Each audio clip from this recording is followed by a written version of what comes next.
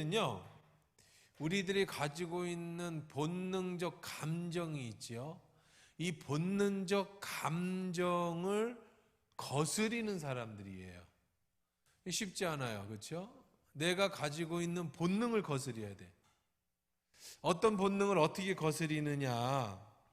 자, 본능을 어떻게 거스립니까? 본능을 어떻게 거스려요? 본능을 거스리는 방법은요, 교육이에요. 교육.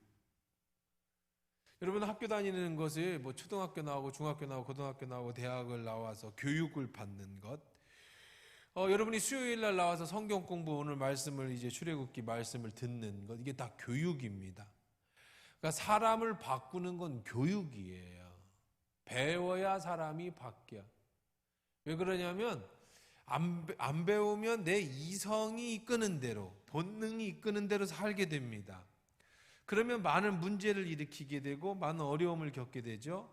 그래서 교육이라는 것은 내가 본능적으로 살고자 하는 내 마음을 미리 얘기해 주는 거죠. 너 그렇게 살면 안 돼. 이렇게 살아야 돼. 네 미래가, 내가 미래를 예언할 수는 없지만 네가 이런 선택에 있어서 이렇게 선택해야 네 앞으로의 미래가 편할 거야. 만약에 네가 이렇게 선택하지 않으면 앞으로 네가 어려워져. 이것을 가르쳐 주는 게 바로 교육이라고 하는 거예요. 교육. 모든 교육이 다 그렇죠. 영어, 여러분 수학, 다 역사, 다 그렇습니다. 역사라는 게 과거에 이렇게 살았어. 그러니까 너희들이 역사를 모르면 똑같은 그런 오류를 계속 반복하게 되는 거죠. 앞으로 이런 일이 생기면 우리는 이렇게 해서는 안 돼. 이게 역사 교육이잖아요. 그렇죠? 수학이라는 것도 마찬가지죠. 너 본능적으로 숟가락을 이렇게 세던 것을 수학이라는 공식을 배움으로 인해서 야, 그렇게 세면 시간이 얼마나 걸리니? 이렇게 세면 더 빠르지 않겠니? 이게 교육이잖아요. 영어도 마찬가지죠. 안 배우면 편하지만 안 배우면 네가 영어를 배워야 나중에 외국인을 만나서 언어가 통해야 앞으로 더 넉넉하고 윤택한 삶과 네 자아 실현을 이룰 수 있지 않겠니? 이게 교육이라고요. 안 배우면 본능적으로 살면 돼요. 어렵지 않습니다. 그런데 안 배우면 불편하죠. 안 배우면 실수하게 됩니다. 그래서 교육이라는 거예요. 그런데 세상의 교육은 다 무슨 교육이냐면 너 잘 살아. 그래야만 네가 앞으로 잘 될 거야. 이런 교육이에요. 근데 기독교 교육은 세상 종교하고 다르게 야, 너 네 욕망을 제어해. 너의 욕구를 누러뜨려. 그러면 하나님이 너에게 복을 주실 거야. 이게 다른 거예요. 그러니까 쉽지 않아요. 여러분 교회 다니는 건 쉬운 게 아니에요. 여러분들 가끔 이렇게 말씀하시는 분 계시지. 아유, 예수 믿는 게 어려워요. 죽기 전에 잠깐 예수님 믿는다고 하고 죽으면 천국 가지 않을까요? 그렇게 물어보시는 분들이 계시는데 물론 그렇게 해도 천국 가실 수 있습니다. 그렇죠? 그러니까 우리가 누구든지 예수 믿으면 구원을 받는데 근데 문제는 뭐냐면 예수님을 믿는다라고 얘기할 때 도대체 뭘 믿느냐라고 하는 거예요. 도대체 뭘 믿느냐. 예수님이 나를 위해서 십자가를 죽어주셨고 나의 구원자라는 사실을 믿으면 그냥 그렇게 믿어요로 끝나는 게 아니고 믿으면 믿는 자답게 살아가는 거예요. 그게 진짜 믿는 거예요. 안 믿고 믿는다고 말할 수는 있잖아. 우리가 얼마든지. 그럼 네가 믿는지 안 믿는지 증거를 대야 되잖아요. 그럼 믿는지 안 믿는지 증거가 뭐냐면 믿으면 예수님이 하신 말씀대로 살 거고 안 믿으면 안 살 거라고요. 그러니까 예수님을 믿는다라고 하는 건 그냥 교회 나오는 게 아니라 예수님이 말씀하신 대로 살아야 되는 거예요. 그러니까 믿는 거거든요. 근데 예수님 말씀대로 사는 거는 내가 가지고 있는 나의 본능을 억제하는 거예요. 나의 본능과 전혀 반대의 삶을 사는 거예요. 그럼 우리는 둘 중에 내 본능대로 살 건지 예수를 믿어서 본능을 억제한 것을 살 건지를 결정해야 되는데 이 결정의 순간에 나의 믿음이 나오는 거라고요. 그러니까 예수 믿는다는 건 쉬운 게 아니라고. 예수 믿는다라는 건 여러분들 이런 세상 사람들처럼 어떻게 그렇게 평안한 게 아니라는 거예요. 우리 제자 훈련은 이제 지난주에 이제 지지난주에 시작해서 2주차를 하고 있습니다만은 예수님의 제자가 된다는 게 쉬운 게 아니에요. 교육이잖아요, 교육. 교육은 어려워요. 자, 그럼 뭐가 어렵냐? 한번 보십시다. 여러분, 쉬운가 안 쉬운가? 율법을 배우자 그랬지, 교육해야 돼. 내가 만일 내 원수의 길을 잃은 소나 나귀를 보거든 반드시 그 사람에게 돌릴지며, 내가 만일 미워하는 자의 나귀가 짐을 싣고 엎드려짐을 보거든 그것을 버려두지 말고 그것을 도와 그 짐을 부릴지니라. 이게 쉬워요? 여러분, 원수가 정말 원수 여러분, 원수 있습니까? 원수? 예수를 오래 믿은 사람은요, 날마다 나를 이렇게 변화시킨 사람 원수가 없어요. 어떤 할아버지가 이제 자기는 원수가 없어요. 할아버지 신앙생활 좋으시네요. 그랬더니 어제까지 한 명 있었는데 걔가 죽고 나서 이제 없어졌다 그러지. 나이가 들어서 다 죽어서 이제 원수가 없어져. 여러분, 그거 말고 예수를 믿으면은요, 예수를 믿는 사람들은요 많이 치유돼요. 잘 믿으면. 여러분이 예수를 잘 믿고 10년, 20년, 30년, 40년 믿고 나이가 들면 다 죽어서 원수가 없는 게 아니고 마음의 치유가 돼서 원수가 없어요. 젊어서 그렇게 미워하던 사람도 이제 측은해지고 불쌍해지죠. 이런 과정을 계속 겪어요. 특히 제일 원수 맺는 게 누구예요? 우리나라 사람들은? 누구하고 그렇게 원수를 맺어요? 누구하고? 누구라고 그랬어요? 남편. 그걸 원수라고 안 해. 왼수라고 하지. 자, 누가 그렇게 원수를 맺어요? 다 이게 시어머니. 옛날부터 시어머니. 그런 원수를 맺고.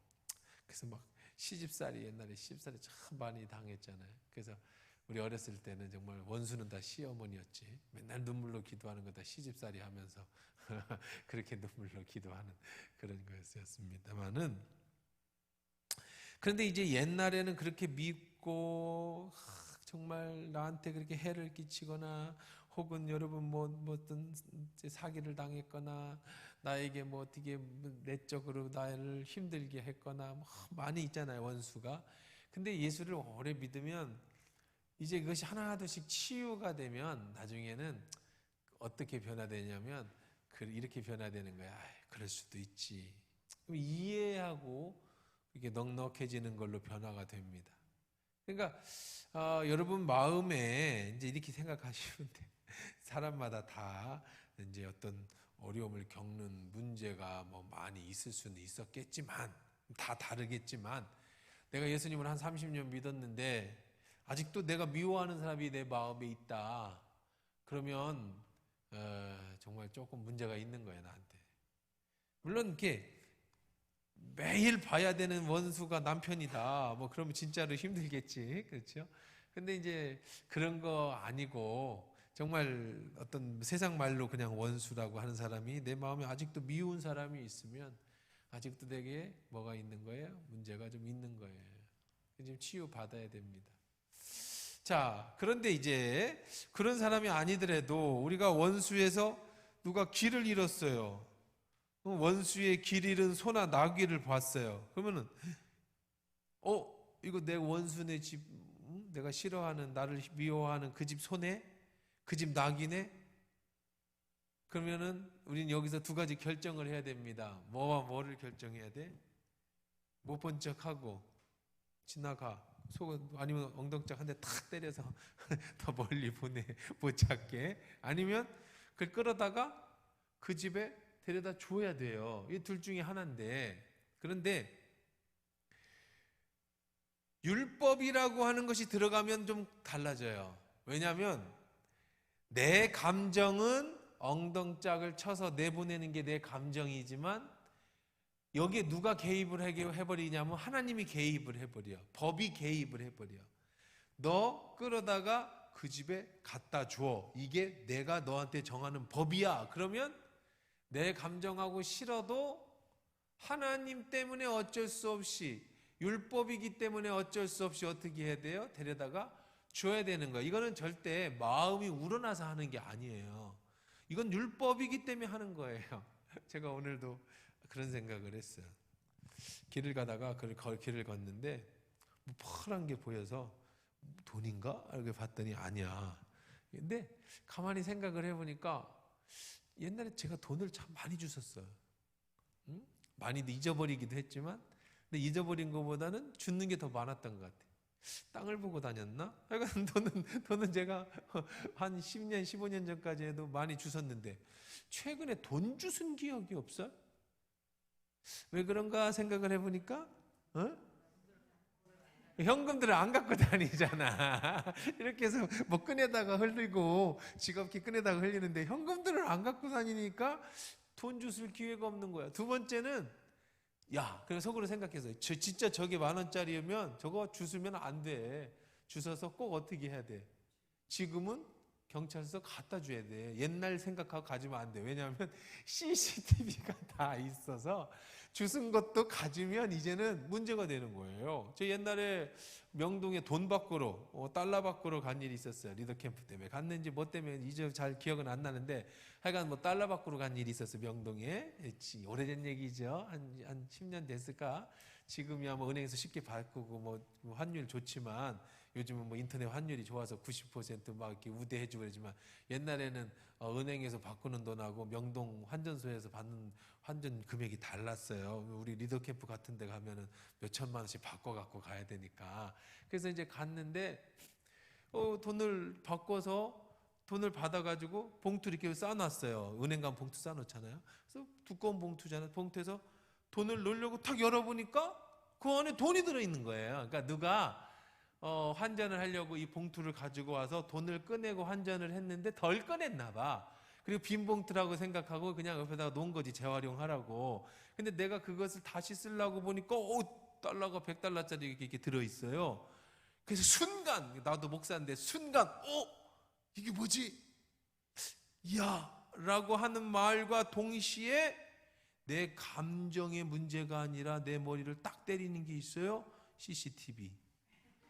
이거는 절대 내가 착해서가 아니라 계단을 내려오면서 봉투에도 돈을 넣으려고 꺼내도 봉투가 있는데 그 순간에 와, 횡재다라는 생각과 함께 들어가는 생각이 착해서가 아니야. 주인이 착했지가 아니라 CCTV. 다 CCTV 환전소가 있는데 그다음 누군지 모르지만 나 참 돈 놓고 왔다 하고 CCTV 돌려봐요. 그러면 내가 나오면 나 잡아갈 거 아니야. 그래서 갔다가 이거 아저씨 보내 봉투가 있네요 하고 갖다 줬단 말이에요. 그래서 지금은 돈 주워도 여러분 절대 가지면 안 돼요. 지갑 주워도 절대 열어보거나 그걸 꺼내면 안 됩니다. 이건 지금 CCTV가 사방에 많아서 옛날 생각하고 어르신들 어이구 횡재다 했다가는 바로 경찰서 연락이 오면 합의를 보셔야 돼요. 그 다음에는 합의금이 들어가는 문제가 생기는 거예요. 감옥에 안 가려면 합의를 보셔야 되는 문제. 특히 뭐 은행 같은데 뭐 기계 위에 뭐 지갑이 있다, 돈이 있다든가 봉투에 돈이, 이거는 뭐 100% 걸려요. 은행에서 다 쳐다보고 있으니까. 자, 그러니까 마음이 착해서 원수의 집에 소나 나귀가 길 잃은 것을 데려다 주는 게 아니고 뭐니까? 율법이니까. 자, 그 다음에 뭐라 그랬어요? 법이라고요.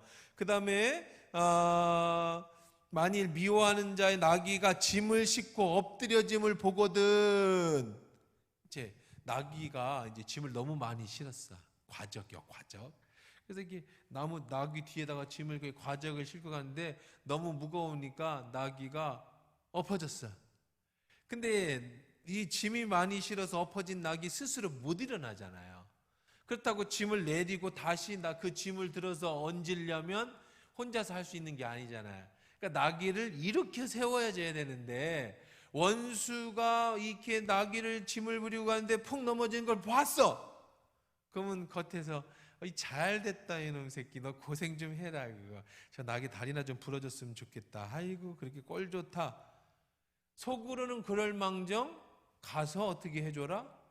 일으켜 주라. 이거는 네 감정하고 상관없어. 이건 뭐다? 율법이다. 자, 이게 바로 율법이에요. 자, 그런데 그건 할 수 있어요. 왜 할 수 있냐면 율법이니까. 그냥 법이 다 그러니까. 자, 그러면 우리가 율법을 예수님 시대에 그리고 오늘날 우리가 살펴봐야 된다고 그랬죠? 로마서 한번 보십시다. 12장 20절. 로마서 12장 20절.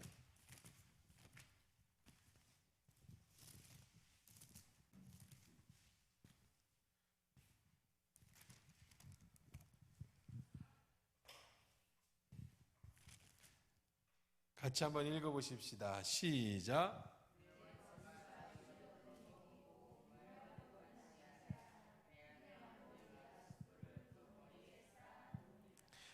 그 19절부터 한번 보면 19절부터 한번 봅시다. 내 사랑하는 자들아 너희가 친히 원수를 갚지 말고 하나님의 진노하심을 맡기라. 기록되었으되 원수 갚는 것은 내게 있으니 내가 갚으리라고 주께서 말씀하시느니라. 내 원수가 줄이거든 먹이고 목마르거든 마시게 하라. 그리함으로 내가 숯불을 그 머리에 쌓아놓으리라 그랬어요. 자, 여기도 한번 좀 보십시다. 로마서에서는 뭐라고 얘기를 하고 있느냐면 율법은 법이니까 그렇게 하라고 하는데 신약시대 로마서에서는 뭐라고 얘기하느냐면 그렇게 하는 것은 하나님을 믿는 자의 모습이다. 왜냐? 절대로 여러분이 원수를 사랑하라고 하는 것이, 자, 이거 잘 들어보셔야 됩니다. 멍청한 사람들이 있어요. 성경을 제대로 이해를 못하고 멍청하게 말하는 사람이 있는데, 원수를 사랑하는 것이 나를 때리고 우리 집안의 원수고 나에게 폐를 끼친 사람을 사랑하라고? 어떤 사람 이렇게 얘기하죠. 예수님의 사랑을 느끼고 나서 원수를 사랑하게 됐어. 그 사랑은 우리가 말하는 사랑이 아니에요. 그렇게 말할 때 사랑은요, 고객님 사랑합니다 이 사랑하고 아들아 사랑한다 이 사랑하고 같아요? 저는 사랑이라는 단어를 뭐 어쩔 수 없이 우리가 같이 쓰지만 이건 좀 많이 사랑의 레벨이 있는 거야. 0.1부터 100까지. 그렇죠? 내 자식을 사랑하고 남편을 사랑하고 아내를 사랑하고 부모를 사랑하고 형제를 사랑하는 사랑과 고객님 사랑합니다의 사랑은 차이가 많아. 고객님 사랑합니다 연체금 3,000원이 있으셔서 전화드려. 야, 사랑하면 3,000원 정도는 네가 갚아줄 수 있지. 그것 때문에 전화를 하냐?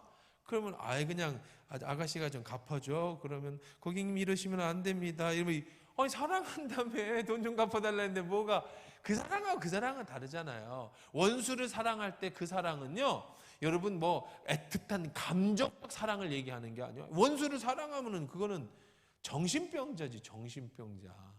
하나님이 여러분이 정신병자 되기를 바라실까요?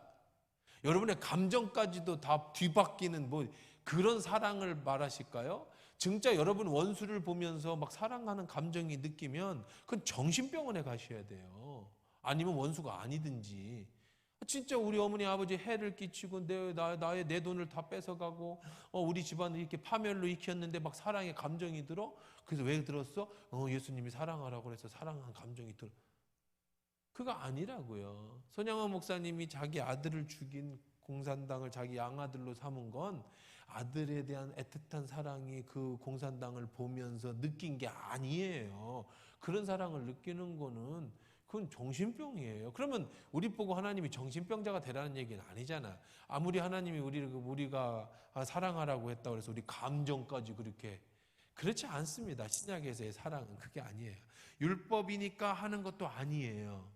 그게 단서는 뭐냐면 하나님이 갚아줄 거라고 하는 믿음으로 그를 도와주라는 거예요. 사랑하라는 건 감정으로 사랑하는 게 아니라 그가 잘 줄이거든 먹을 걸 주고 그가 배고 그다음 목마르거든 마실 것을 주되, 내가 사랑해서 주는 게 아니라 내 감정적 사랑에서가 아니라 그냥 내 원수라 할지라도 그가 지금 어려운 상황에 있으니까 도와주라는 거예요. 그걸 사랑이라고 표현한 거지. 그러면 억울하잖아요.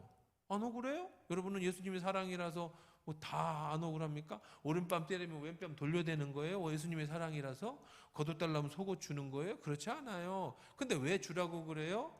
하나님이 갚아준다라고 하는 전제하에 하는 거예요. 내가 원수를 갚는 게 아니고 나는 피해자잖아.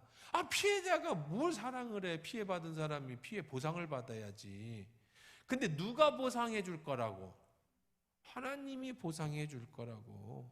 그 믿음만 있으면 줄 수 있는 거. 이것이 율법적인 원수 사랑과 그리스도의 원수 사랑이 다른 거예요. 우리 좀 더 한번 찾아보십시다. 신약 시대의 원수 사랑에는 마태복음 5장 44절 예수님 뭐라고 말씀하셨는지. 자, 그건 할 수 있잖아요. 그렇죠? 그거는 우리가 원수를 먹일 수 있고 입힐 수 있는 거예요. 감정적으로 사랑하라는 건 나도 못해요. 그럼 어떻게 합니까? 5장 여러분 44절 예수님은 이런 상식을 파괴하고 감정을 파괴하는 일을 여러분 시키지 않아요. 자, 같이 읽어보십시다. 43, 44, 45절까지 읽을 겁니다. 시작.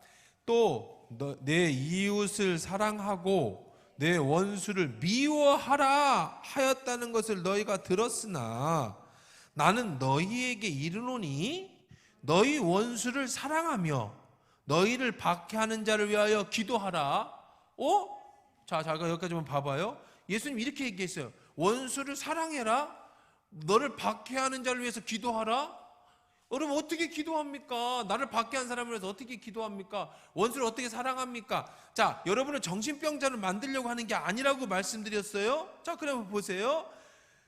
이같이 한즉 그렇게 하면 어떻게 하느냐? 이게 중요한 거예요. 이게 더 중요한 거야. 요거 때문에 하는 거예요. 감정적으로 사랑하는 게 아니고. 같이 읽어봅시다. 시작. 이같이 한즉 하늘에 계신 너희 아버지의 아들이 되리니 이는 하나님이 그 해를 악인과 선인에게 비추며 비를 의로운 자와 불의한 자에게 내려주심이라. 너희가 너희를 사랑하는 자를 사랑하며 무슨 상이 있으리요? 세리도 이같이 아니하느냐. 자, 보세요. 왜 사랑하래요? 왜 원수를 사랑하래요? 왜 핍박받는 사람을 위해서 기도하래요? 두 가지입니다. 첫째는 그렇게 하면 하나님의 아들이 될 거다. 네가 원수를 사랑하고 핍박받는 자를 해줘야 하늘에서 하나님의 아들이, 하나님의 자녀가 될 거다. 두 번째는 하나님이 그렇게 한 너희의 행위를 보고 뭐를 내려주실 것이다. 하늘에서 상을 내려줄 것이다. 누가 갚아준다는 거예요? 하나님이 아들 삼아, 자녀 삼아 주시고 갚아주신대요. 그래서 원수를 사랑할 수 있어요.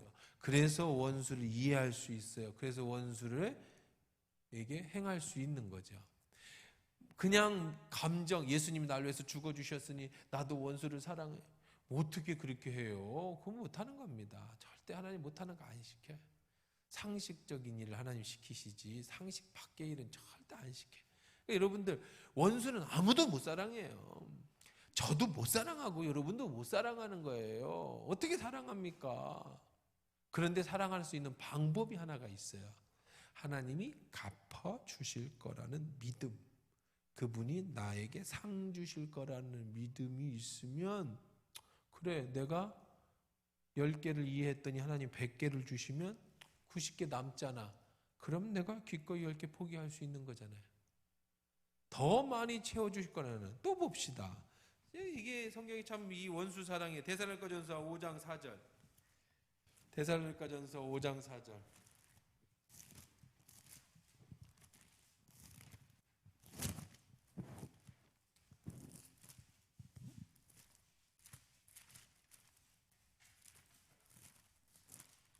같이 읽어볼게요. 5장 4절입니다.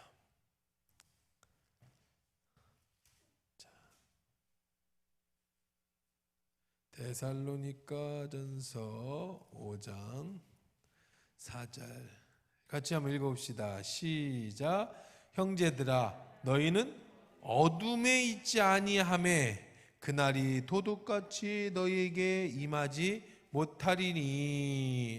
여기 아니다, 그치? 딱 봐도 이거 아닌 것 같으지? 내가 뭘 글씨를 잘못. 딴 거 봐, 딴 거. 이거 아닌 것 같아. 야고보서 5장 20절. 야고보서 5장 20절.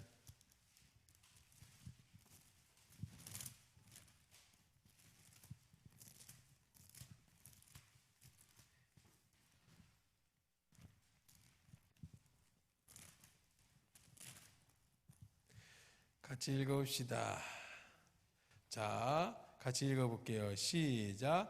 너희가 알 것은 죄인을 미혹된 길에서 돌아서게 하는 자가 그의 영혼을 사망에서 구원할 것이며 허다한 죄를 덮을 것이다 그랬어요. 무슨 얘기냐면 어두움에 처한 사람들, 나에게 해를 끼치고 나에게 한 사람들에게 왜 원수를 사랑하라고 하셨느냐면 그 이유 중에 하나는 그 영혼을 옳은 대로 데려올 수 있는, 나에게 해를 끼친 사람이라도 옳은 대로 데려올 수 있는 그것이 바로 뭐다?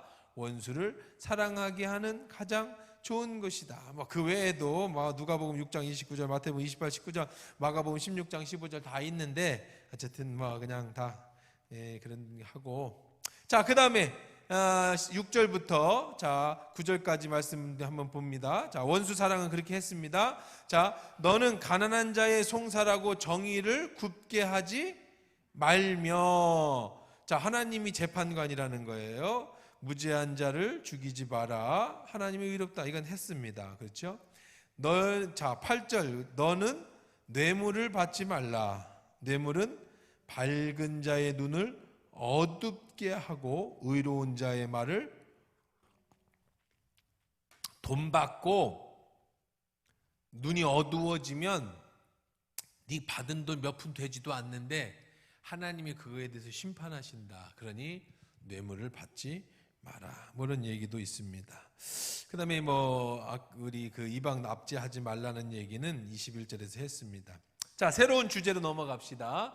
10절부터 13절 안식년, 안식일에 관한 법. 이것도 그냥 빠르게 넘어가고 지난번에 했습니다. 자, 시작. 너는 6해 동안은 너희 땅에 파종하여 그 소산을 거두고 7째 해는 갈지 말고 묵혀두어서 내 백성의 가난한 자들이 먹게 하라. 그 남은 것은 들짐승이 먹으리라. 내 포도원과 감람원도 그리할지니라. 너는 6해 동안에 내 일을 하고 7째 날은 쉬라. 내 소와 나귀가 쉴 것이며 내 여종의 자식과 나그네가 숨을 돌리리라. 내가 내게 이른 모든 일을 삼가고 지키고 다른 신들의 이름을 부르지 말고며 내 입에서 들리게 하지 말. 자, 안식일과 안식년에 대한 개념은 지난번에 우리가 긴 시간을 했는데 여기 조금 다른 식으로 다 바라보고 있어요. 안식일을. 안식년과 안식일을 다른 식으로 바라봤어요. 어떤 식으로 바라봤냐면 이웃사랑의 법으로 바라봤어요. 어떻게? 쉼의 개념이 아니고 하나님 앞에 예배하는 개념이 아니고 사랑의 개념으로 안식년을 바라봅니다. 안식일을. 무슨 얘기냐? 7째 해는 소산을 거두고 6째 해는 땅에 파종하여 그 소산을 거두 7째 해는 갈지 말고 묵혀둬라. 자, 논에 밭에 밀을 농사를 지었습니다. 아니면은 이게 쌀 농사를 졌어요.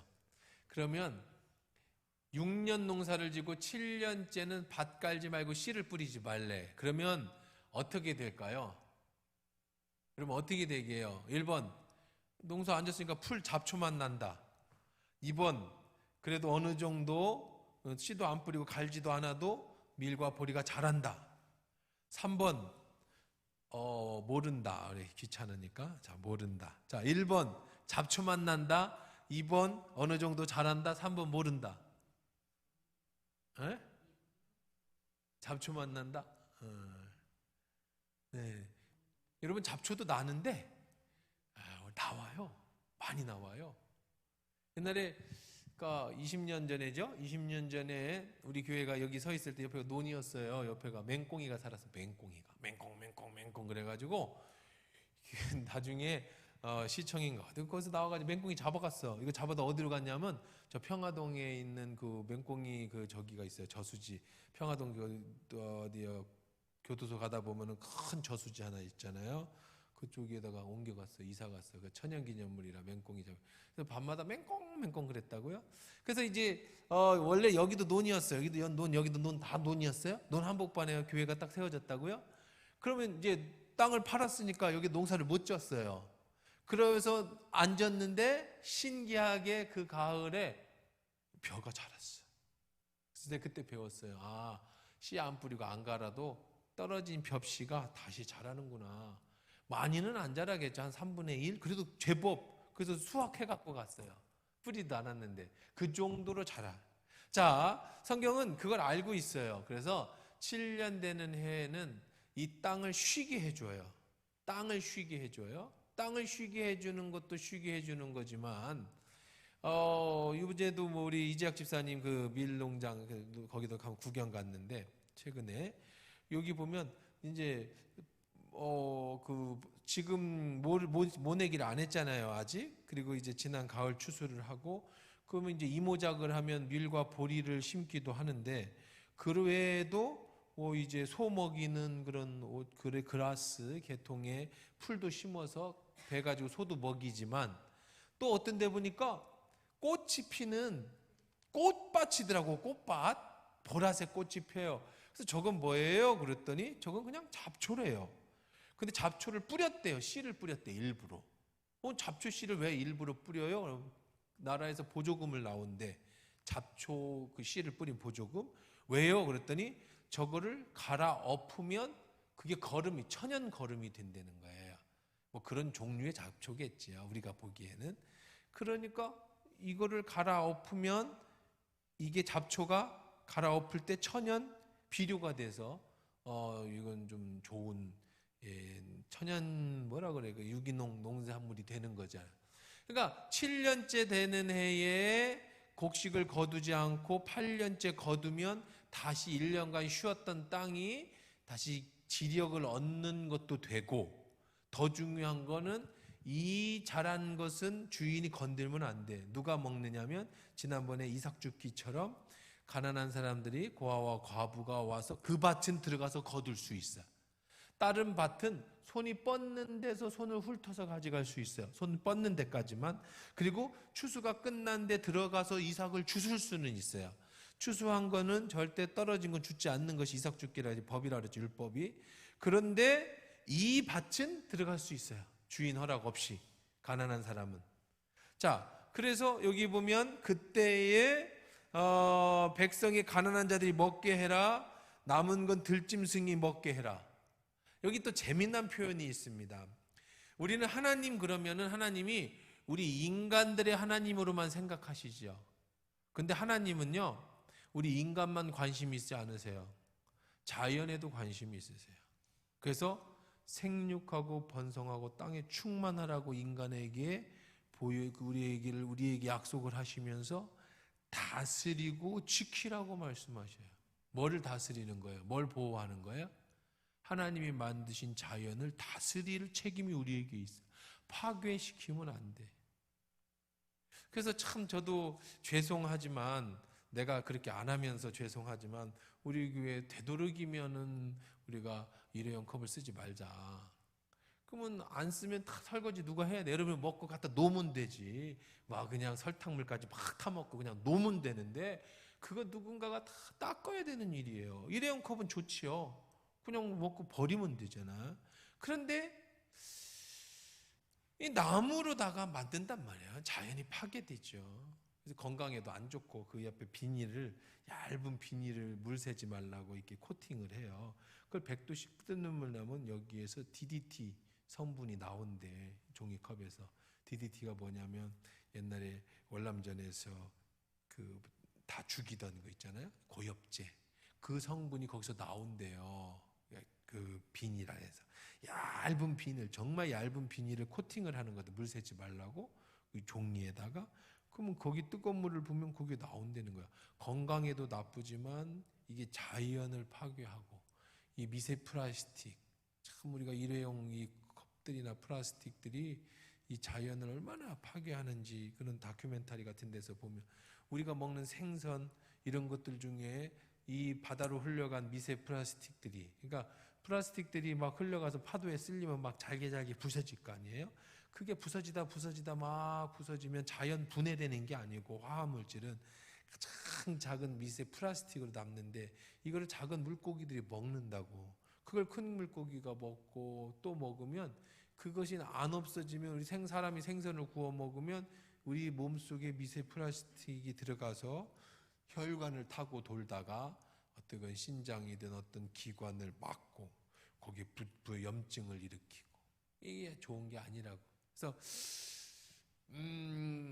우리가 조금 더 이제 시간이 지나고 여러 가지로 우리가 캠페인을 좀 벌일 계획은 하고 있습니다만은 가정에서부터 우리 교회에서부터 작은 거라도 실천을 하자.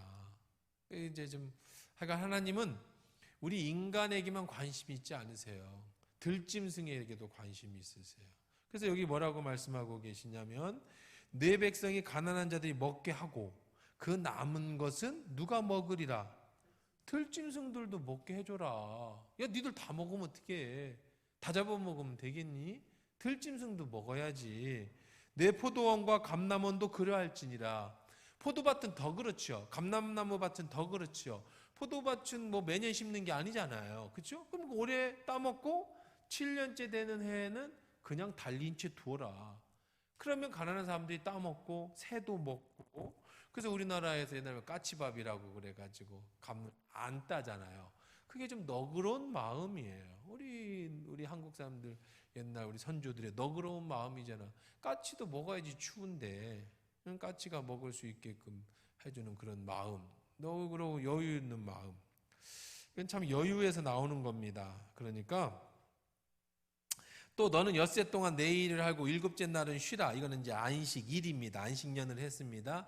안식일에는 자 지금까지는 그냥 쉬는 개념, 하나님 앞에 예배하는 개념이었는데 여기는 어떤 개념으로 보고 있냐면 눈으로 보고 있냐면 일곱째 날에 쉬는데 내 소와 나귀가 쉴 것이며 하나님은 뭐에 대해도 관심을 가지고 계시냐면 소와 나귀가 쉬는 것에도 관심을 가지고 계시오. 내 여종과 자식과 나그네가 숨을 돌리리라. 쉬어야 돼. 쉬어줘야 돼. 쉬게 해줘야 돼. 너무 정신없이 살면 여러분들도 우리도 마찬가지예요. 여러분 제발 정신없이 살지 마세요. 좀 쉬엄쉬엄 하면서 하세요. 이거 좋은 거 아니에요. 근데 하나님은 심지어는 뭐에 대해도 관심이 많으셨느냐면 소와 나귀가 쉬는 것에도 관심을 가지셔요. 근데 특히 우리 같은 목회자들 사이에서도 목회자들도 보면 밤낮 없이 일하는 것이 하나님을 기쁘시게 하는 거라고 하는 착각을 가질 때가 있어요. 어쩔 수 없이 저도 그렇잖아요. 저도 새벽 예배 거의 빠지는 일 없이 새벽부터 늦게까지 주일이고 월요일이고 장례나면 가고 부르면 가야 되고 그렇게 열심히 살면 마음속으로 무슨 마음을 가지냐면 그래 내가 이렇게 열심히 주를 위해서 일하고 있지 내가 정말 충성돼 일하고 있는 거야 라고 몸만 돌보면서 막 일하고 있는데 근데 사실은요 어쩔 수 없으면 그렇게 하겠지만 그게 하나님이 기뻐하시는 일이 절대 아니에요. 우리 주변의 목사들이요 내 친구들만 해서 2명이나 벌써 뇌출혈로 쓰러졌어요. 50대 40대에 2명이나 내 동기가 몇 명이나 되겠습니까? 내 나이 때 신학 공부한 애가 1, 200명도 안 되겠죠. 같이 한 사람들이 내 주변에 있는 사람들이 그 중에 2명이나 뇌출혈로 쓰러졌다고. 최근에 그런 사람들 얘기 들어보면 50대 목회자들 중에 사망하는 율이 굉장히 많습니다. 이때 잘 넘기면 장수해요. 목사님들이 오래 사시는 분들은 오래 사시거든요. 근데 50대 사망하는 목회자 수가 굉장히 많아요. 당장 우리 옆에 있는 저하고 친하게 지내는 그 송우송 목사라는 목사도 있어요. 이제 대전에 그 과학기술원 있는 그 박사들이 있는 교회에서 목회를 하는데 그 친구도 뇌출혈로 쓰러지고 지금도 몸이 안 좋아가지고 근데 자기가 달라진 게 하나가 있대요. 그래서 뭐가 달라졌는데 그랬더니 옛날 같으면 교회 출근해갖고 중간에 나오는 일이 없었는데 지금은 일이 있으면 나온다는 거예요. 그러니까 무슨 신방할 때 나오겠지만 특별한 일이 없으면은 나오는 일이 없었대. 근데 지금은 나오는데 이게 자기가 굉장히 많이 달라진 거래. 그래서 그래, 너 그렇게 살아야 된다. 너 그러다가 진짜 죽는다. 그러니까 여러분들 내가 주를 위해서 열심히 일하고 내가 여러분들 사회에서 직장에서 사업장에서 열심히 일하고 그렇게 살아가야만 이게 하나님을 기쁘시게 하는 거고 이게 정말 잘 사는 거다. 이런 사고는요, 이거는 조금 여러분들이 바꾸셔야 돼요. 왜냐? 하나님은 지금 소와 나귀가 쉬는 것에도 관심을 있으신다고요. 쉬어야 돼. 쉬어야 거기에 창의적인 생각이 나오고, 쉬어야 여러분 신경이 날카로워지지 않고, 쉬어야 여러분이 좀 여유 있는 차분한 생각과 마음을 가져요.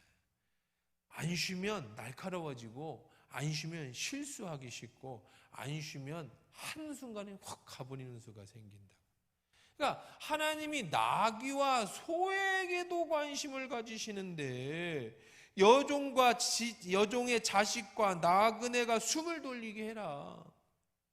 여러분, 전국 교회에서 부교육자 월차 주는 교회는 우리 교회밖에 없을 거예요. 목사님이 전 부교육자인데 부목사 저 교육 신방 전도사가 무슨 노동자예요? 근로계약서 썼어요? 사명감 갖고 일하는 사람이 무슨 월차야? 저는 월차 쓰라고 합니다. 한 달에 하루 정도는 내가 필요하면 얘기하고 잘 써. 아주 잘 써. 쉬어. 응? 특별한 일 없으면 9시 출근, 5시 퇴근 지켜. 특별한 일 없으면 1시간 점심시간 끝나고 그 시간은 충분히 즐겨. 그러고 나서 어느 때든지 필요하다고 얘기하고 급한 일 있으면 가고. 여러분, 뭔가를 막 해내고 무슨 그렇게 해야만 여러분 주의 일을 하는 거고, 그럴 때가 있죠. 없던 바쁠 때, 교회도 바쁠 때가 있잖아요. 성탄절이라든지 연말 연시라든지 행사가 있다든지 그러면 퇴근도 못하고 일할 수도 있겠지만, 평상시는요, 왜? 가정이 있잖아. 특히 결혼했으면 사모님이 있고요, 이제 애는 없지만 그래도 가족끼리도 보낼 수 있는 시간, 여유를 줘. 이게 하나님의 그것이 하나님의 뜻인 거예요. 무조건 사명감 갖고 일해? 그거 옳지 않다는 거죠. 여러분들도 마찬가지입니다.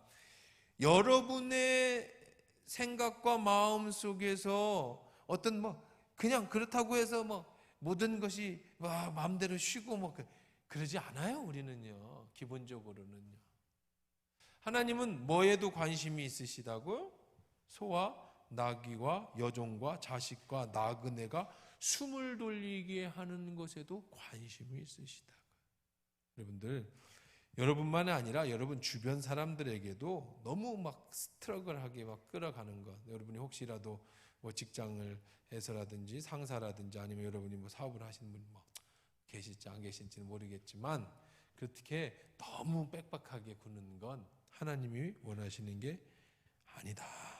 그것도 여러분 상식적으로 알고 계시고, 자기 몸을 관리하고 쉬는 것도 하나님의 뜻이, 적당할 때 쉬실 줄 알아야지 그것도 하나님이 기뻐하시는 거다. 이것은 우리가 안식일에 대한 새로운 개념이에요. 안식년과 안식일에 대한 새로운 개념. 자, 그 다음에 이제 절기, 이제 세계 절기에 대한 법입니다. 명절입니다. 14절부터 우리 19절까지 같이 읽도록 하겠습니다. 시작. 너는 매년 3번 내게 절기를 지킬지니라. 너는 무교병의 절기를 지키라. 내가 내게 명령한 대로 아비벌에 정한 때에 이래 동안 무교병을 먹을지니 이는 그날에 내가 애굽에서 나왔음이라. 빈손으로 내 앞에 나오지 말지니라. 맥추절을 지키라. 이는 내가 수고하여 밭에 뿌린 것의 첫 열매를 거둠이라. 수장절을 지키라. 이는 내가 수고하여 이룬 것의 연말에 밭에서부터 거두어 저장함이라. 너는 내 모든 남자는 매년 3번씩 주 여호와께 보일지니라. 맥추절, 무교절, 그리고 수장절. 공통점이 하나 있습니다. 보세요. 15절 마지막에 내 앞에 빈손으로 내 앞에 오지 마라. 빈손으로 오지 마라. 마음은 가볍게, 양손은 무겁게. 하나님 전에 올 때 그냥 큰손으로 오면 안 돼. 가난한 사람은 들에 가서 세례도 잡아 갖고 와야 돼. 여러분들 하나님이 뭔 돈에 관심 있고 재물에 관심 있으셔요? 다 하나님 건데. 하나님 그런 데 관심이 없는데, 마음을 보신다고 그랬잖아요. 이 세 가지 절기는 전부 하나님 앞에 감사하는 절기예요. 하나님 앞에 감사하는 것을 법으로 정했어요. 왜? 감사를 안 하니까. 법이 뭐예요? 안 하니까 하게 하는 게 법이잖아요. 원수를 보고 비웃으니까 법으로 가서 도와주라고 해놓은 거잖아요. 아이고, 만약에 안식일이 법이 없어 봐요. 노예들, 소들, 나귀들. 소나 나귀나 열심히 부려먹다가 힘들어서 탁 쓰러져 죽으면 고기 먹으면 되지. 무슨 소에 안 쉬는 걸 보장해? 말이 됩니까? 무슨 나귀에 쉬는 걸 보장해? 그냥 일하다가 죽으면 고기 먹는 거지. 그렇지 않다는 거예요, 하나님은. 소와 나귀에 쉬는 것도 보장해라. 하나님이 이 약한 자와 가난한 자와 이 노예들까지도 책임져 주신다. 자, 뿐만 아니라 하나님께서는 그 율법은 지키자. 너희들이 하도 감사할 줄 모르니까 1년에 3차례 너희들이 출애굽을 한 것에 대해서 감사하는 무교절. 이게 지금 그 무교병을 먹고 그랬던 무교절, 그러니까 처음에 출애굽할 때. 그 다음에 2가지의 감사절기, 맥추절과 수장절. 맥추절은 보리, 수장절은 밀. 그러니까 나중에 이제 창고에 쌓아둔 것에 감사, 수확에 대한 감사예요. 맥추감사와 추수감사, 그리고 하나 더 무교절. 이 3가지 절기는 전부 감사절이에요. 무교절이라고 해서 빈손으로 와서 안 돼. 맥추절과 수장절엔 당연히 농사 끝나고 나니까 하나님 앞에 감사의 제물을 가지고 오는 건 당연한 거예요. 첫 열매를 가지고 오는 건 당연한 건데, 맥추절, 무교절이라고 해서 빈손으로 오면 안 된다고요. 나 돈 없어요. 그러지 말라고요. 네 수준의 최고로 하나님 앞에 드려. 그러니까 여러분, 추수감사절이나 맥추감사절, 부활절 이런 절기 때에 여러분들 하나님 앞에 감사하는 거를 기쁨으로 잘 준비해서 내세요. 왜냐하면 감사할 때 하나님이 코 묻은 돈, 애기들 돈 뺏어 먹고 여러분이 죽으라고 일해가지고 밤새 잠 안 자고 잔 그 돈 5만 원, 돈 10만 원 뺏어 먹으려고 여러분한테 헌금 내라는 게 아니라는 거예요. 그런 하나님이 아니세요. 하나님은 너희의 감사를 보고 내 마음을 보고 아버지 어버이날이라고 이제 이렇게 해서 용돈을 드렸어요. 아버지가 이제 연세가 드시고 돈이 없으니까 고맙다고 받으시겠지만, 만약에 아버지가 재벌이에요. 큰 어르신이에요. 근데 이제 어버이날이니까 감사를 표현하면 그래 잘 받았다고 갈 때 더 많이 준단 말이에요. 재산도 물려주고 사업체도 물려주고. 근데 감사할 줄 모르는 자식한테 아무리 좋은 것이 있다면 그 아버지가 물려주겠냐고. 쟤는 안 돼. 작은 것도 감사할 줄 모르는데 어떻게 큰 걸 주겠어. 여러분, 인생 잘 사는 방법을 알려줄게요. 여러분, 인생에서 잘 사는 법은요, 감사를 잘 하세요. 사람들한테 감사를 잘 하셔야 돼요. 그 감사 잘하는 사람이 대표적인 사람이 누구냐면은 강승진 목사예요. 이 양반은 어디를 가도 절대 빈손으로 가는 적이 없어요. 우리 교회 올 때라도 하다못해 가서 바카스 2박스라도 들고 오지 그저 오는 법이 없어요. 옛날부터. 어디서 배웠냐? 전도사 하기 전에 관세사 할 때 영업사원이었어요. 영업. 그래서 관세사무소 과장, 그 관세사무소장이었어요. 관세사는 아니고. 그래서 아는 사람들하고 영업하던 사람이 영업하던 사람. 근데 그 영업하는 게 있어가지고 어디를 그냥 가는 법이 없어요. 누구를 만나도 그냥 그 사람 차에 열어보면 별게 다 들어있어. 완전히 그 영업맨이에요. 목사님들 만나면 다 이거 주워다가 다 쌓아놔. 누가 주잖아요? 막 쌓아놔. 그리고 어디 갈 때 그 다 꺼내갖고 또 가지고 가. 그러면요, 사람은 어떻게 되냐면요, 누군가가 정말 내가 필요 없는 거라도 내가 봤잖아요. 그러면요, 그걸 기억해요. 그리고 그 사람에 대한 이미지를 좋게 생각합니다. 그리고 내가 뭔가 있을 것 있으면 제일 먼저 그 사람 먼저 줘요. 그게 세상 사는 비결이에요. 설득의 심리학에 이런 내용이 나옵니다. 이단 종교였는데 이 사람들이 모금을 운동을, 모금을. 그래가지고 이제 옛날에 그 공항에서 나오는 사람한테 자기들 이렇게 모금하는데 함에다가 돈 좀 넣어달라고. 근데 돈은 뭐 한 일주일이고 뭐 계속 나가도 뭐 별로 모금함에 돈이 안 들어와. 그런데 한 가지를 바꿨는데 몇십 배, 몇 백 배로다가 돈이 모금이 들어온 거예요. 그게 뭐였느냐면 들어오는 이제 해외에서 입국하는 사람들한테 여기서 모금 활동을 하면서 장미꽃 한 송이를 주면서 입국을 축하합니다. 고생하셨습니다. 인사를 하고 모금함 이렇게 박스나 이런 것을 같이 나눠준 거예요. 그러면 장미를 받은 이제 막 비행기를 타고 내려와서 피곤한데 누군가 내리자마자 장미꽃 한 송이를 받으면 고마워서 거기다가 돈 5천 원이라도 주는 거예요. 그런데 생각해 보세요. 이 짐을 끌고 왔는데 장미를 받았어. 고맙습니다 하고 여기서 이제 두고 저 문 밖에 남은 장미를 버려. 그럼 거기 가서 또 다 주워. 그리고 또 가지고 오는 거예요. 그리고 또 주는 거예요. 그리고 또 가지고 돈 바꾸면. 사람은요 심리학적으로, 설득이 심리학이에요. 심리학적으로 누군가가 나에게 무엇을 주면 꽃을 준 게 아니에요. 나한테 꽃이 필요 없어요. 내 지금 짐 무거운데 무슨 꽃이에요. 근데 뭘 받은 거냐면 그 사람의 마음을 받은 거예요. 마음을 받으면 사람은요 늘 누구나 뭔가 누군가에게 뭘 받았잖아요. 그러면 갚아야 된다라고 하는 내 마음의 무의식에 다 가지고 있어요. 그러니까 이 사람이 뭘 원하느냐 보아서 그래 뭐 5천 원, 1,000원, 뭐 장미꽃 한 송이 정도는 내가 줄 수 있지. 주는 거예요. 그래서 내가 필요 없으니까 버리면 다시 주워다가 그랬더니 폭발적으로 늘어났다는 거예요. 이게 그냥 인간관계, 영업을 잘하고 싶으면 자꾸 퍼주셔야 돼요. 시간이 없지만 그래도 뭐 몇 분 안 지났으니까 제가 신대원 원후회장을 할 때 지금도 이 일화로 남아요.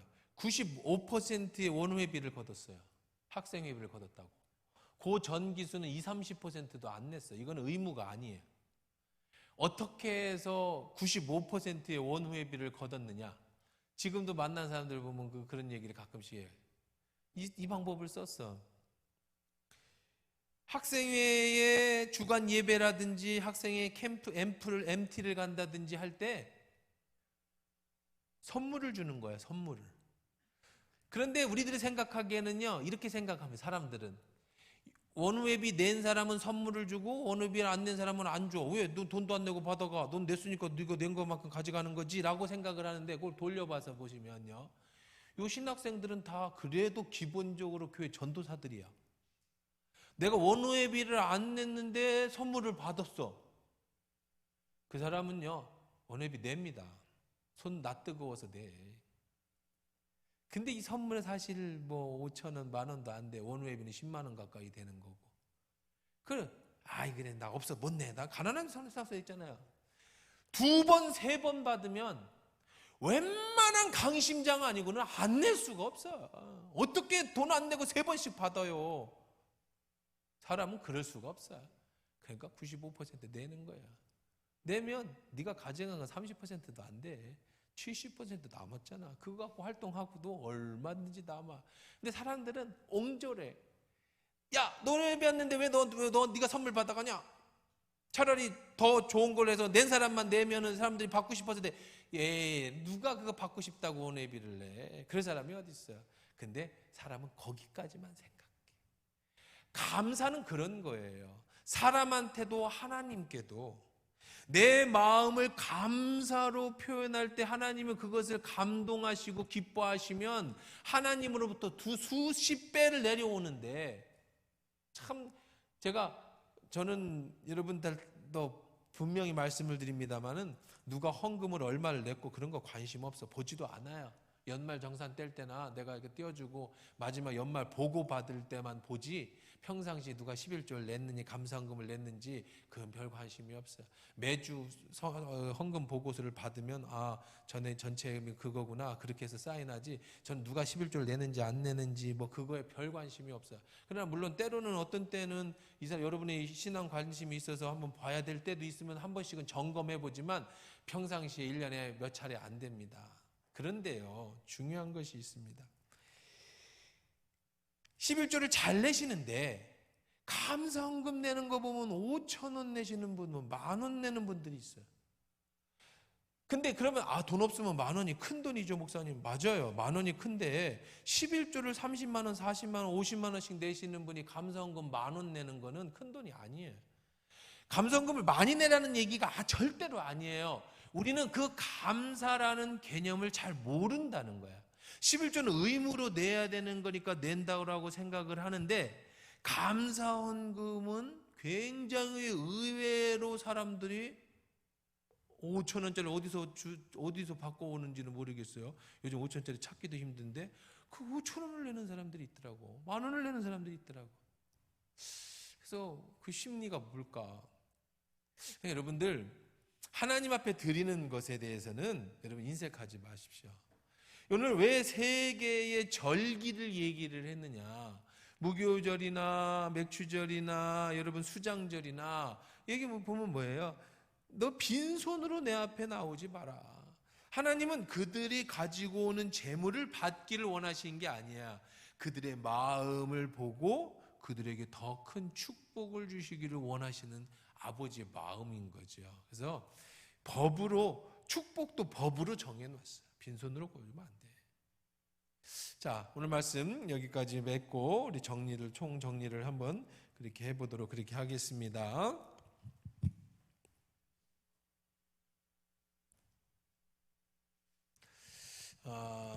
오늘 몇 가지 말씀드렸습니다. 먼저는 이제 원수 사랑에 대한 법을 말했어요.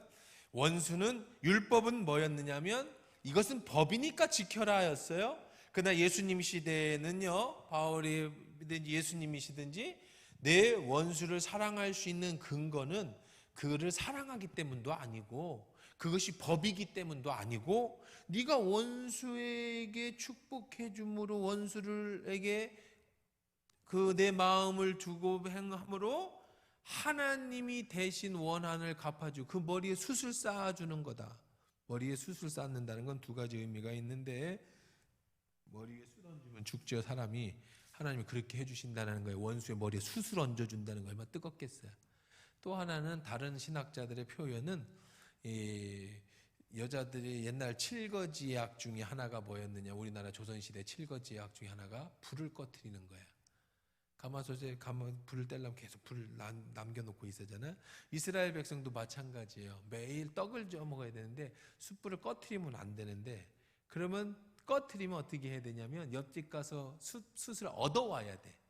그럼 옛날에 오줌 싸면은 여기다가 소금 얻으러 다니면서 망태기를 쓰고 소금 다니면서 동네 창피하게 해준 것처럼 옛날에는 그 유대인들의 문화는 숯을 잃어버리면 뺐으면 숯을 머리에 이고 집에 가야 되는 문화가 있었어요. 나는 숯 잃어버린 여자요 하고 하는. 그게 무슨 얘기냐면 원수의 머리에 숯을 얹혀준다라는 거, 그 원수가 부끄러움을 당하게 해주시겠다라고 하는 의미도 돼요. 그렇지만 숯은요 쉽게 나눠줄 수 있는 게 아니에요. 누구든지 자기 집에 불을 안 꺼트리려고 숯을 조금씩 피우지 계속 피워놓는 사람은 없잖아요. 근데 그걸 나누어 줄 수 있을 만큼의 여유를 가진 사람이 많지 않아. 그래서 잘못하면 우리 집 숯도 꺼질 수 있는데 근데 원수가 숯을 원하면 그것도 나눠주라는 의미죠. 그러면 머리에 숯을이고 집에 간다. 이게 뭐 두 가지 어느 게 맞느냐. 뜨거운 숯을 머리에다 얹으니까 하나님이 갚아준다라는 의미가 됐든 아니면은 그 원수를 부끄럽게 해주시겠다고 하든 뭐 비슷한 얘기잖아요. 그러니까 하나님이 갚아주실 거다. 그리고 이 땅에서 안 갚아준다 해도 걱정하지 마라. 네가 원수를 사랑하면 하나님의 자녀가 되고 하나님의 천국에서 상을 잃지 않게 해주시겠다. 이것이 원수 사랑의 법입니다. 두 번째는 안식년과 안식일에 대한 얘기를 했어요. 여기서의 안식년과 안식일을 바라보는 관점은 뭐였어요? 이거는 약한 자들을 돌봐주는, 특히 짐승까지도 배려해 주시는 아버지 하나님의 사랑. 하나님은 강하고 힘 있는 사람의 편이 아니라 약하고 가난한 자, 심지어는 짐승들까지도 하나님의 관심 속에 있다. 그래서 우리 자연을 사랑하고 이웃을 사랑하고 그리고 우리를 모두를 사랑할 수 있는 너그러운 마음을 가지는 것, 그것이 하나님의 축복이다. 그 다음에 절기를 얘기했습니다. 3가지 절기를 얘기했는데 이 절기의 의미는 감사다. 맥주절, 수장절, 그 다음에 무교절, 하나님 앞에 빈손 들고 오지 말고 감사해라. 하나님은 코 묻은 돈 그거 아깝게 그냥 받으시려는 게 아니고 그걸 보고 너희에게 그 마음을 받으시고 복을 더해 주실 것이다. 물론 여기에서 가지고 오는 맥주절이나 첫 열매는요 어떻게 쓰였느냐면, 그럼 그건 어떻게 쓰였는가 궁금하죠. 그럼 그 첫 열매나 이건 어떻게 써요? 요걸로 제사장들 월급을 줬어요. 사례비를 줬어요. 사례비는 얼마를 받았느냐면 110%를 받아, 일본 평균보다. 왜냐하면 12지파잖아. 그 중에 한 지파는 레위 지파니까 11지파의 11조니까 일반 한 지파가 버는 것보다 110%를 받는 거예요. 그것으로 레위인들의 사례비를 줬고, 그 다음에 그것으로 남은 걸로 뭐를 했느냐? 역시 성전을 쓰는데, 성전에 레위인 그 제사장만 있었던 건 아닙니다. 성가대, 성전을 지키는 일하는 사람들, 이런 사람들 사례비를 주고, 또 그것으로 뭘 했느냐? 가난한 사람들을 구제하는 일을 썼어요. 그러니까 결국은 다 같이 살 수 있게끔 해주는 거예요. 레위인들도 일 안 하잖아요. 성전에만 있을 제사장들. 그들도 살게 하고, 가난하고 어려운 사람들 밭에 가서 미삭 줍고 해봐야 그거 얼마나 죽겠어요. 그래도 굶어 죽으면 안 되잖아요. 그들의 필요를 성전에서 이 첫 열매와 11조를 받은 것, 그리고 3번의 명절 때 가져오고 온 걸 모아서 구제하는 일에 썼어요. 그래서 모두가 다 어떻게 할 수 있게끔, 살아갈 수 있게끔, 이것이 율법이라는 거예요. 율법은 모든 사람이 살 수 있게끔 해주는 법이다. 안 지키니까 법을 만들어서 지켰다. 대신 너희들이 이렇게 하면 내가 갚아줄 거다. 다시 말씀드립니다만 지금 율법을 지킬 필요는 없습니다. 하지만 그 정신은 지켜야 된다. 그래서 여러분, 원수를 사랑하는 것, 자연을 사랑하는 것, 그리고 너그럽고 여유로운 사람들을 바라볼 수 있는 눈을 가지는 것, 하나님 앞에 감사하는 것 잊지 않고 그 정신 속에 살아가는 저와 여러분 되기를 주의 이름으로 축원합니다.